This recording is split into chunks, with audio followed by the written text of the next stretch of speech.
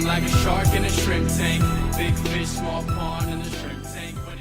Welcome to the post-show wrap-up video here on the Central Pennsylvania Shrimp Tank. I'm your co-host, Nathan Imboden. I was the luscious treadmill shrimp today. Luscious treadmill shrimp. Thank you, Taylor. And my co-host along the other side of the table is luscious bougie shrimp, Taylor Ranker.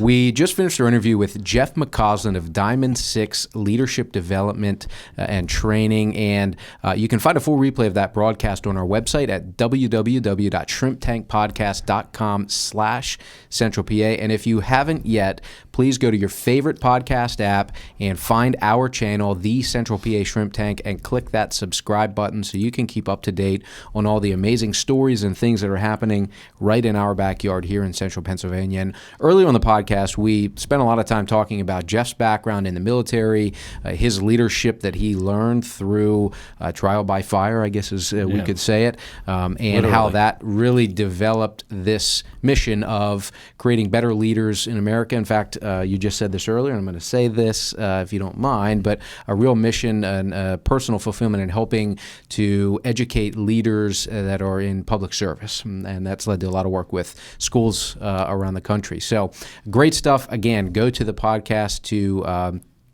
hear the entire episode. But let's just get right into it, and let's just ask, what is, because I said I had been saying training, and you clarified that what you do is leadership development. So why don't you talk about that a little bit? Well, first I want to thank you guys for having me for the Shrimp Tank, number one. Number two, anybody watching this, if you get the opportunity to do one of these things, you should do it. It's a lot of fun.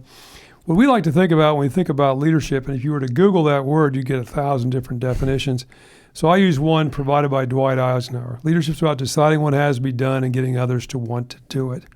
So unlike training, which is repetitive skills, and over time you know how to fix a particular problem, which is always the same, leadership is about providing people, development is about providing people ideas, concepts, and principles that they can apply in solving leadership problems, which is often about relationships or organizational structure. So that's why it's developmental. It's to provide them tools to solve problems which will be somewhat unique in each time, as opposed to training, which is to solve a particular problem which will be repetitive.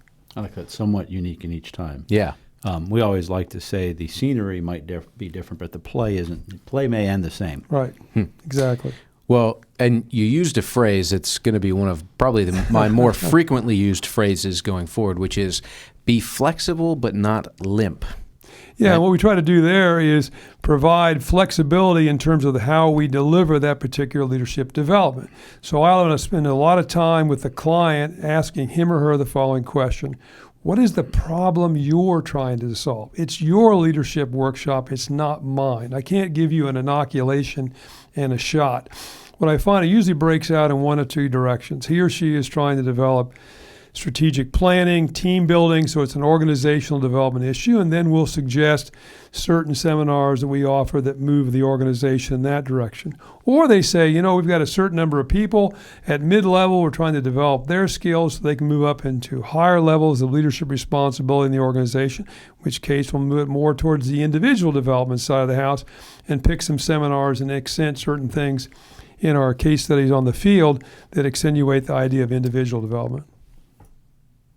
Interesting. I couldn't have said it better myself. In fact, I wouldn't even try, so thank you. There's one thing I think we really ought to touch on is, given what's happening in the turmoil in the markets, the coronavirus, the fear, I really would like it, if you don't mind, Jeff, he said some great things on the show about leading in a crisis. Can you give us any guidance on leading in a crisis? Ironically, this particular crisis, the corona crisis, we think originated in China. We're pretty sure that's where it began. One thing I always talk about in terms of leading in a crisis, if you take the Chinese character for the word crisis, and the way written Chinese works is they bring two characters together or maybe more to create a new word. Well, the Chinese written word for crisis brings together two symbols. One is danger, that makes sense. Crisis has danger. And the other one is opportunity. Danger and opportunity. So I always tell people, when you're in a crisis, think about it not only as what's the danger to me personally, perhaps, or my organization, but is there an opportunity here that we can take advantage of? So consequently, if I was to talk to any leader, and I'm going to be doing a webinar on this hopefully next week, at the onset, I think you ought to do two things. One, you ought to reassure your team that we're going to get through this. Now, as you're reassuring them, you got to walk that fine line of I'm optimistic, but I'm not so airy-fairy that they think I don't know what I'm talking about. So I got to walk a fairly fine line of optimism. We're going to get through this, reassure. And then say to them, this is going to be a different environment. So I want you to make sure that you are thinking in an innovative fashion, in a creative fashion, try new methods, create a climate of initiative for the teams that you lead so people feel a willingness to try new things. And then let's capture those new ideas, methods, procedures, because the environment we're operating in right now is certainly different, and it actually may change our overall environment.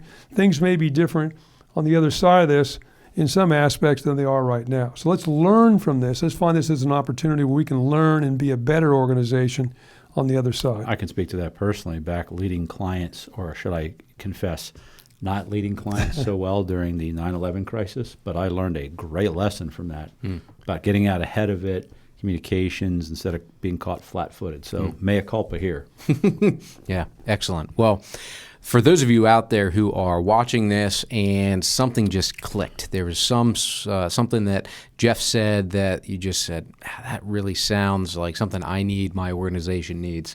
Jeff, if they're thinking that and want to find out more about your organization, what's the best way for them to do that? Well, the easiest way, of course, is to go to our website, which is www.diamond6, 6 spelled out, leadership.com, or personally give us a phone call at 717-226-6316. We'd be delighted to talk to you. Awesome. Well, again, thank you so much Thanks, for being Jeff. on the Great pleasure. podcast, Thank you, Jeff. guys. It was great having you. Next week on our show, we're going to have Claudia Williams of the Human Zone, so be sure to tune into that. We'll see you next week on the Central PA Shrimp Tank. I've been feeling like a shark in a shrimp tank. Big fish, small pond in the shrimp tank.